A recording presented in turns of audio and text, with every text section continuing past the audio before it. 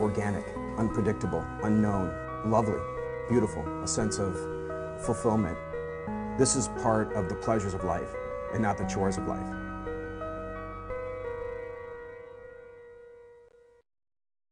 Coming up on Daily Iowan TV, see how the Occupy Wall Street protests have spread around the world. And find out why locals ran a 5K early this morning. And in sports, we've got the highlights from the Hawkeye football team's victory over Northwestern. Daily Iowan TV starts now.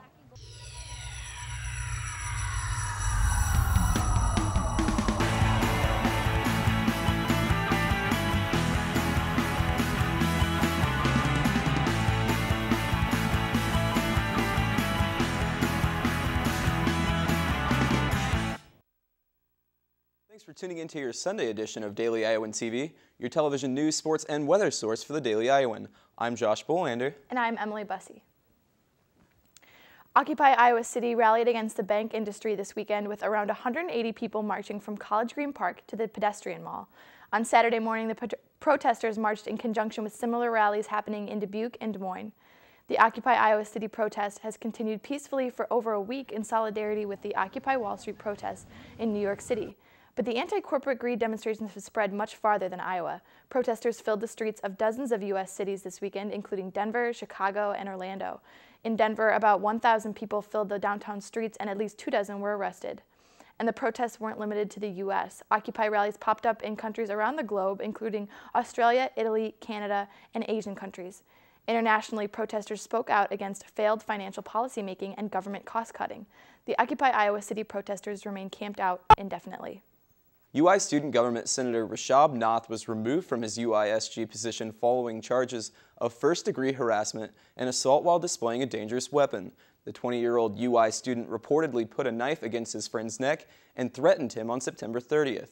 UISG members told the Daily Iowan this is the first time they've had to deal with this type of situation in several years. There is no set policy to release UISG members with criminal charges, but all senators sign a code of conduct. Officials said they deal with this on a case-by-case basis. Iowa caucus contender Michelle Bachmann signed a pledge to support building a fence along the U.S. border with Mexico this weekend. During a visit to Iowa, the Minnesota representative said President Obama has failed to control the Mexican border. Bachmann described border control as a matter of national security and said illegal immigration costs the U.S. more than $100 billion a year. However, the Republican presidential hopeful denied arguments that cracking down on illegal immigration is racist or anti-Hispanic. And still more to come from Daily Iowan TV. See how some students got a taste of Brazil today. And find out why several locals spent their evening in an Iowa City cemetery. Plus, in sports, see what Hawk fans thought of the card stunt at Kinnick Stadium on Saturday. All of this and more to come, but first let's take a look at our local weather forecast with Daily Iowan TV's Scott Jones. Thanks, guys. Last week was pretty soggy, but luckily we should be seeing dry and cooler temperatures in the near future. On Monday morning, it'll be 43 degrees with partly cloudy skies. Not going to get much warmer than 57 in the afternoon, and we'll see increased cloud cover throughout the day. And in the evening, temperatures will get back down to about 48 degrees. Looking ahead, we can see pretty chilly temperatures for the week ahead. Luckily, we don't have too much to speak of in the way of rain. We should see clear to partly cloudy skies for the whole week. Lows should be around the low 40s, and highs won't break the 60s until the weekend. That's your check of the weather. Back to you guys at the desk. Thanks, Scott. Iowa City residents and students got a taste of Brazilian culture today when two internationally recognized tango stars came to teach and perform. Daily Iowan TV's Christina Targos attended the cultural event.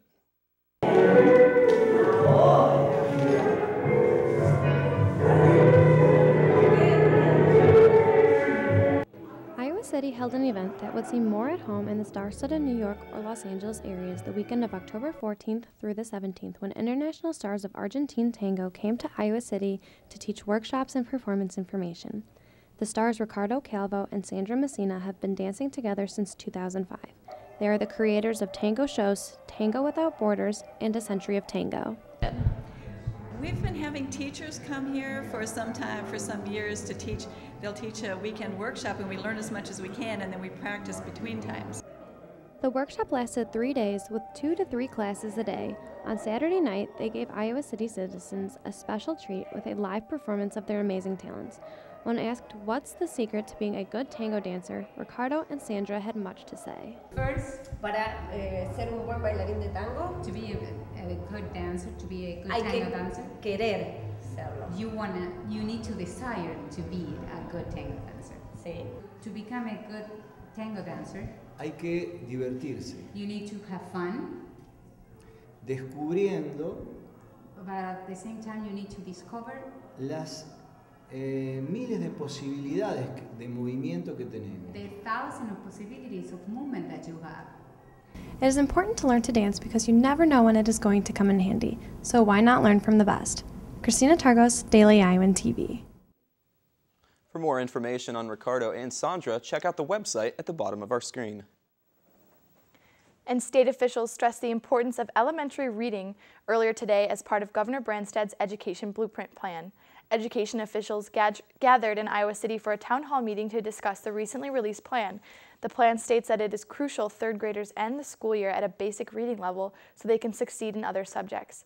Many attendees were concerned with what happens to students who are an exception to that rule, such as students with disabilities. Officials said the plan can be individualized for students. Read more on the story in tomorrow's Daily Iowan. Several locals spent their evening in an Iowa City cemetery today to learn a little bit more about the history of Johnson County. The event, Beyond the Grave, was hosted by the Johnson County Historical Society at the Welsh United Church of Christ. The ghostly tour included live actors portraying notable individuals who are buried at the cemetery.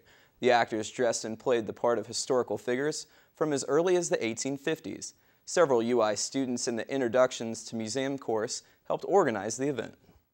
And a man was arrested this weekend after he allegedly attempted to conceal marijuana and ecstasy from the police. According to police, officers saw 29-year-old Shannon Swartzendruber holding something in his hand in an Iowa Avenue alley. When Swartzendruber saw the officer, he allegedly threw the items in a nearby dumpster. Police found marijuana and about 40 capsules of ecstasy. Swartzendruber has 8 previous drug convictions and is accused of possessing a controlled substance and obstructing prosecution. And now we'll go to Daily Iowan TV's Tyler Culver for a look at Hawkeye sports. Thanks, guys. Well, it's finally happened. After 3 years of being stunned by Northwestern, Iowa finally stopped the Wildcats. Daily Iowan TV Sports' Chelsea Byrne was at Kinnick on Saturday night for the Hawkeyes' first Big Ten win. Kinnick Stadium was on a whole new level Saturday night.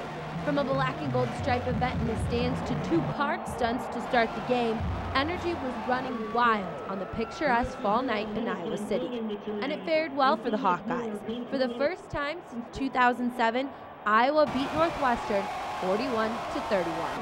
But just like Kinnick looked different, the Hawks looked different. And this game was played out in a more than odd way. And it started with Tanner Miller. A 98-yard interception for a touchdown plays the longest in school history for the sophomore and exposed the side of Northwestern QB Dan Persa that is not shown very often. The early spark put the Hawks up 10-0. The longest pass of the night came in the second quarter when Keenan Davis snagged this 47-yard hit from James Vandenberg. It was followed before the half with a Northwestern TD, their first of the game. The defense managed to hold Northwestern until the second quarter, despite them converting 16 of 22 third down conversions. A touchdown and a field goal in the third for Northwestern tied the game at 17-all and had everyone nervous that Northwestern was going to do what they have in years past, take this game right out from under Iowa's nose. But then came Marcus Coker. The O-line really dominated that line of scrimmage tonight, and we were able to run the ball with Coker. As hard as he was running, it opens everything up, and we were able to get some big plays down the field.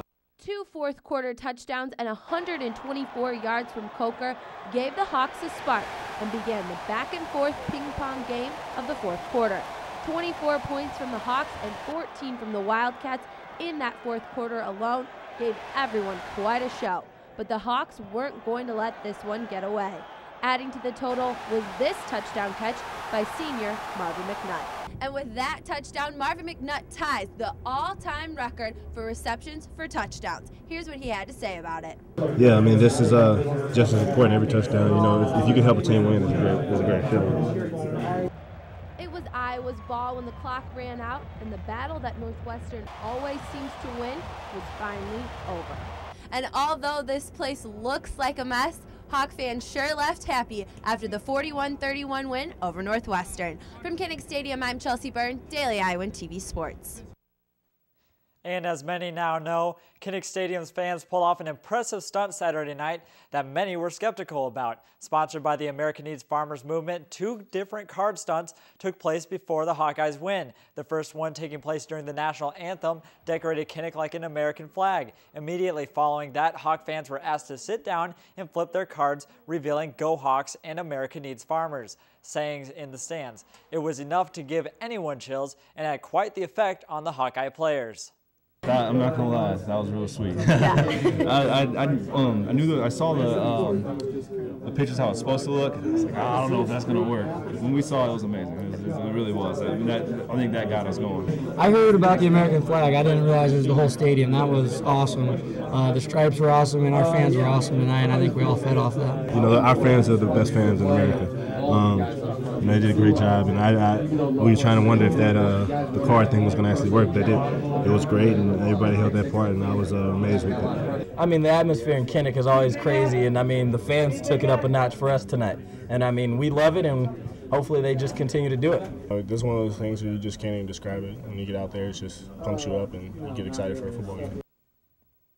The card stunt proved to be a success and put all the skepticism aside, creating one of the best atmospheres Kinnick has ever seen.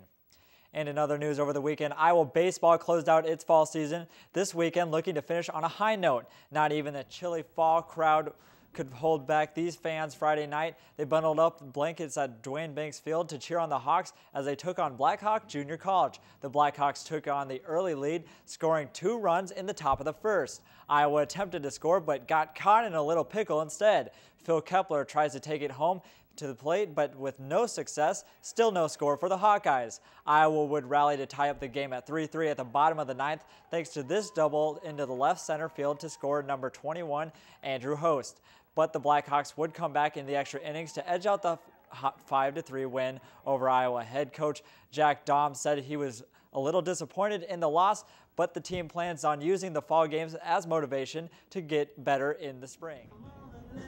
We're playing these games in the fall for a reason, is to learn about our team and to get better. We've gotten a lot better in a lot of areas.